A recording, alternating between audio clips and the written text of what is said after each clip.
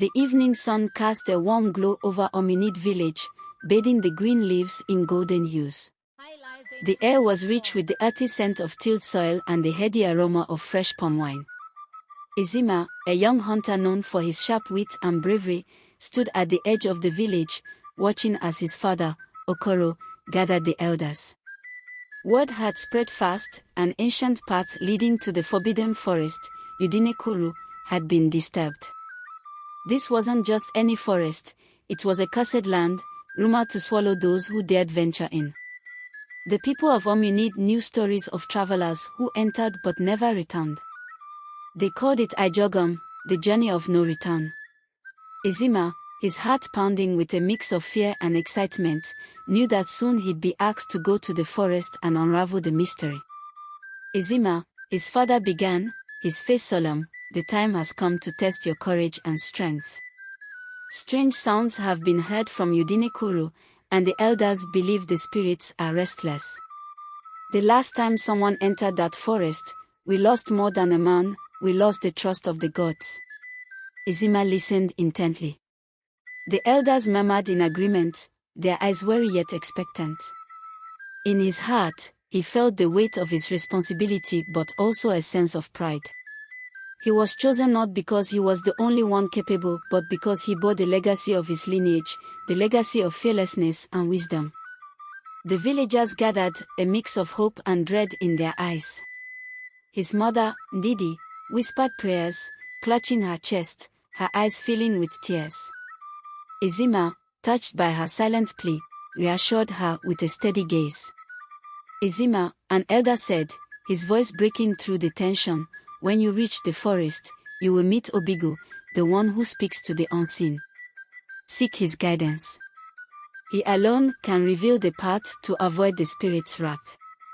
With the elders' blessings and a heart heavy yet resolute, Ezeama set off. The forest loomed in the distance, a dark green blur against the evening sky. As he approached, the air grew thick, tinged with a strange, unsettling stillness. He entered cautiously, each step muffled by the dense foliage. Shadows shifted, and eerie sounds echoed from unknown depths.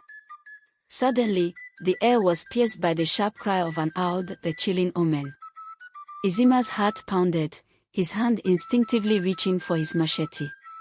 Obeagu, he called out. Silence answered. Then, in the dim light, he saw an old man with hollow eyes emerge from the shadows, his appearance as ghostly as the forest itself. So, you have come, Obeagu rasped, his voice barely a whisper, yet it reverberated through the trees. The spirits have waited, and they are not kind. Why do they stir, Obeagu? Ezeama asked, his voice steadier than he felt. Obeagu paused, his gaze drifting into the depths of the forest. There is something here that was stolen long ago. It must be returned, or the spirits will seek vengeance on the entire village. You must find it. What am I to find? Ezeama pressed, frustration rising in him. Obeagu's voice dropped to a hushed tone. It is the sacred staff of Ens, the last high priest. Without it, the spirits will never rest. Ezeama's mind raced. The legend of Ens was well known in Umunede. The high priest had disappeared into Udene-Ekwuru centuries ago, taking with him a staff said to possess unimaginable power. No one knew what happened to him or the staff. Where do I begin my search? Ezeama asked. Obeagu's eyes shifted to a path winding deeper into the forest. Follow the path, but beware, the forest watches, and it does not forget. Without another word, the old man melted into the shadows, leaving Ezeama alone. Gritting his teeth, he moved forward, each step feeling heavier as the trees closed in around him. The shadows thickened, and strange whispers seemed to echo from every direction. Was it the wind, or were the spirits truly watching? As he ventured further, he saw strange carvings on the tree trunks, symbols he had never seen before.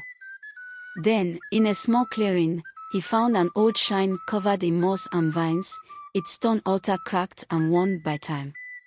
On the altar lay an amulet, shimmering faintly under the moonlight that pierced through the thick foliage. Reaching out to take it, Ezeama hesitated, sensing a presence behind him. He turned, only to find no one there. But he couldn't shake the feeling that he was being watched, not by eyes of flesh but by something ancient and unseen. Summoning his courage, he took the amulet. As soon as he touched it, the forest around him seemed to come alive. The trees swayed, whispering words he couldn't understand. He slipped the amulet into his pocket and started back toward the village, but the path he had taken seemed to vanish. Ezeama's heart raced. He tried to retrace his steps, but every path led him deeper into the forest. Panic began to set in. He looked around, his breathing shallow as he called out for Obeagu, but there was only silence. The forest seemed to close in on him, shadows merging into shapes, faces, figures of those who had ventured into Udene-Ekwuru and never returned.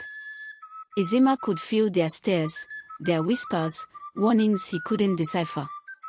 And then, he saw it, a figure standing at the edge of the clearing, dressed in the ancient robes of a high priest, clutching a staff that glowed faintly in the dark.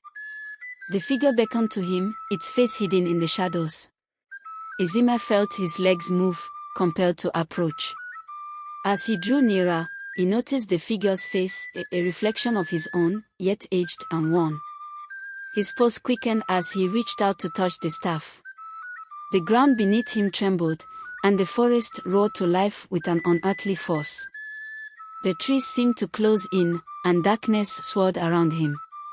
Suddenly, he was pulled forward into an endless void, a sensation of falling without end, as the spirits' voices grew louder, their whispers turning to angry screams.